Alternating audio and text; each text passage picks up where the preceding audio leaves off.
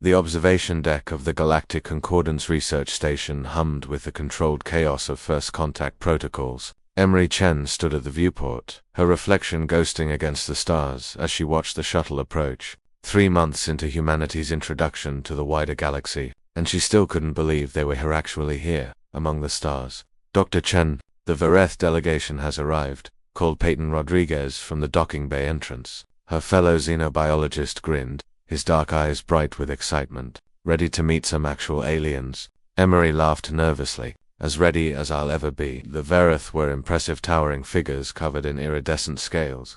With multiple eyes that tracked movement with unnerving precision, they were apex predators from a death world, the briefing had said. Humanity's first official contact with a species, classified as dangerous by concordance standards. What the briefing hadn't mentioned was the cubs. 3 small, Vareth younglings tumbled into the observation deck behind their elders, chirping and clicking with voices that sounded almost musical. They were perhaps a meter tall, their scales still soft and mottled with youth patterns. One of them, the smallest, stumbled on its awkward legs and crashed directly into Emery's shins. She instinctively reached down to steady it. The cub looked up at her with 6 wide golden eyes and made a sound like wind chimes. Every adult Vareth in the room froze. The lead ambassador's crest flared in what Emery would later learn was alarm. Dr. Chen, Peyton said carefully. Maybe step back slowly, but the cub had already wrapped its small arms around her leg, purring. The other 2 younglings immediately abandoned their guardians and bounded toward her, chirping excitedly. I don't think they're dangerous, Emery said, kneeling down as the 3 cubs climbed over her like she was playground equipment. One of them grabbed her hair, fascinated by its texture. Another tried to bite her finger, its baby teeth barely sharp enough to dent her skin. The Vareth ambassador made a sound like grinding stones. Impossible. They have never approached an unknown species willingly. Predator cubs are cautious by nature. Maybe they sense she's not a threat. Peyton offered, though he looked as baffled as everyone else. What happened next would be replayed. Across 1,000 worlds, the station's alarm shrieked. Red emergency lights flooded the corridors. A synthesized voice announced, reactor breach detected. Core destabilization in progress. All personnel evacuate immediately. Chaos erupted. The Vareth adults moved with military precision, but their attention was fractured, torn between the evacuation protocols and their young. The cubs, startled by the noise and flashing lights, screamed and scattered in panic. Emery didn't think. She just moved. She grabbed the nearest cub as it tried to bolt toward a corridor already filling with smoke. The second one was heading straight for an exposed power conduit. She lunged, scooping it up with her other arm. The third, the smallest, had frozen in the center of the room, too terrified to move. Peyton, get everyone to the escape pods, Emery shouted. Not without you. I've got the cubs, just go. The station shuddered violently. A support beam collapsed, blocking the main exit. Emery ran for the emergency shelter, a reinforced panic room designed for exactly this scenario. She could hear Peyton screaming her name, could hear the Vareth ambassador roaring something in their language, but the cubs were screaming too, and they were small and scared, and she wasn't going to let them die. She made it through the shelter door with all 3 cubs clutched against her chest. The smallest one was crying, a heartbreaking sound that cut through the alarms.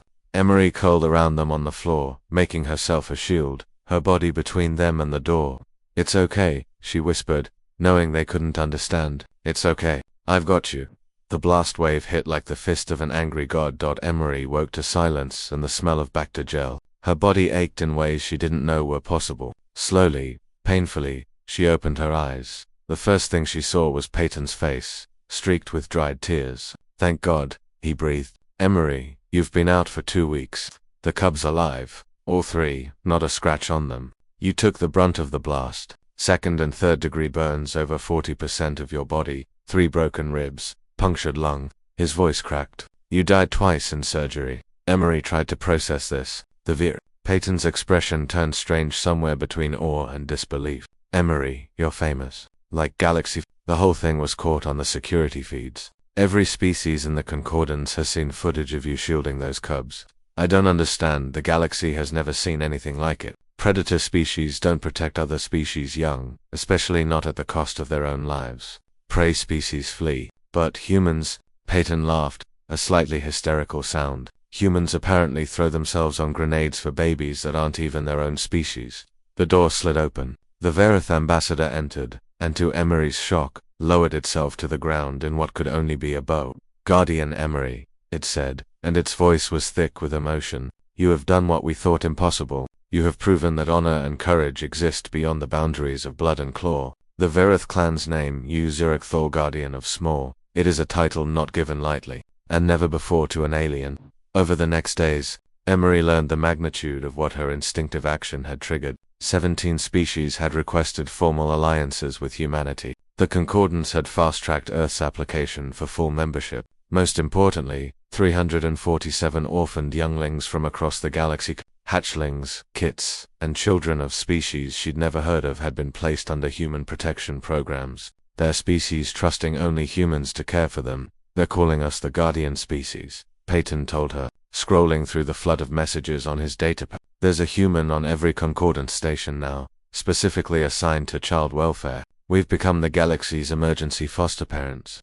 Emery watched through the window as one of the cubs, the smallest, one played in the recovery room under the watchful eyes of its parent. It saw her looking and chirped, pressing a tiny hand against the glass. She pressed her hand back. "Good," she said softly. "That's exactly what we should be."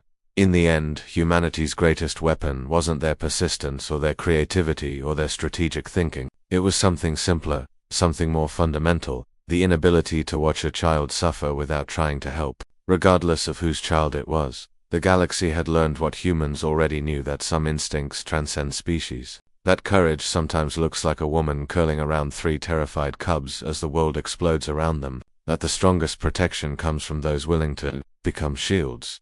Earth had found its place among the stars, not as warriors or diplomats or traders, but as guardians. And in every station, on every world, whenever a child cried in the darkness, humans came running, because that's what humans did.